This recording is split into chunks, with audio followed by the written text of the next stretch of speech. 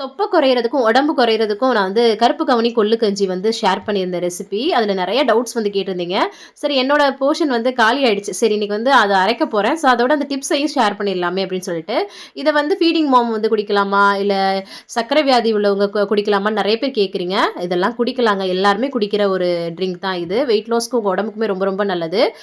இப்ப பார்த்தீங்கன்னா, கருப்பு கவுனியும், கொள்ளும் வந்து சேம் ரேஷியோல எடுத்துக்கணுங்க. ஒரு கப் எடுத்துக்கிறீங்கன்னா, அத வந்து தனித்தனியா சேர்த்து நல்லா ட்ரை ரோஸ்ட் பண்ணி எடுத்துட்டு, அதுக்கப்புறம் அதே பேன்ல 1 ஸ்பூன் மிளகு, 1 ஸ்பூன் சோம்பு, 1 ஸ்பூன் ஜீரகம் சேர்த்து நல்லா வறுத்துக்கோங்க. அதுக்கப்புறம் அது கூடவே கடைசியா ஒரு கத்து கருவேப்பிலையும் சேர்த்து அதையும் நல்லா வறுத்துட்டு, ஒரு ட்ரேல போட்டு நல்லா வந்து பார்த்தீங்கன்னா, சூடு ஆறுனதுக்கப்புறம் மிக்ஸி ஜார்ல சேர்த்து நம்ம வந்து அரைச்சு எடுத்துக்க போறோம். இத வந்து அப்படியே சேர்த்து ஒரு 2 ஸ்பூன் போட்டு, 1 கிளாஸ் தண்ணி, பூண்டு தட்டி போட்டு நம்ம அப்படியே கஞ்சியா காய்ச்சி காலைல பிரேக்ஃபாஸ்ட் அப்புறம் டின்னர் இந்த மாதிரி எடுத்துக்கிட்டீங்கன்னா வச்சுக்கோங்களேன், சூப்பரா வெயிட் லாஸ் பண்ணலாம். இத வந்து 6 மாசம் வரைக்கும் சூப்பரா வெளியிலேயே ஸ்டோர் பண்ணி வச்சுக்கலாம். தேங்க்ஸ் ஃபார் வாட்சிங். பாய்.